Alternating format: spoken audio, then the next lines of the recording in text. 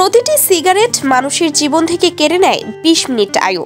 সেই হিসেবে সিগারেটের একটি প্যাকেট মানুষের জীবন থেকে কেড়ে নিচ্ছে গড়ে 7 ঘন্টা সময়। সাম্প্রতিক ইউনিভার্সিটি কলেজ লন্ডনের UCL গবেষণায় এমন তথ্য উঠে এসেছে।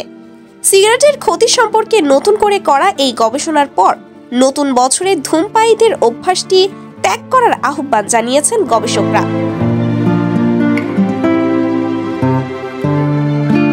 তারা বলছেন, এতদিন ধরে ডাক্তাররা যে ধারণা করে এসেছেন তার চেয়েও অনেক দ্রুত আয়ু কমিয়ে দেয় ধূমপান। নতুন এই বিশ্লেষণ অনুযায়ী একজন ধূমপায়ী যদি আগামী 1 জানুয়ারি থেকে দিনে 10টি সিগারেট খাওয়া কমিয়ে দেন, তাহলে 8 জানুয়ারির মধ্যে একদিন, 5 ফেব্রুয়ারি পর্যন্ত 1 সপ্তাহ এবং 5 আগস্ট পর্যন্ত তার আয়ু বাড়তে পারে পুরো 1 মাস। আর পুরো বছর এই অভ্যাস ধরে রাখলে বছর শেষে তার আয়ু বাড়তে পারে 50 দিন, অর্থাৎ তিনি অন্তত 50 দিন আগে মারা যাওয়া থেকে বেঁচে যেতে পারেন। UCL এর principal research fellow doctor Sarah Jackson বলেন, মানুষ জানে না ধূমপান ঠিক কতটা ক্ষতিকারক।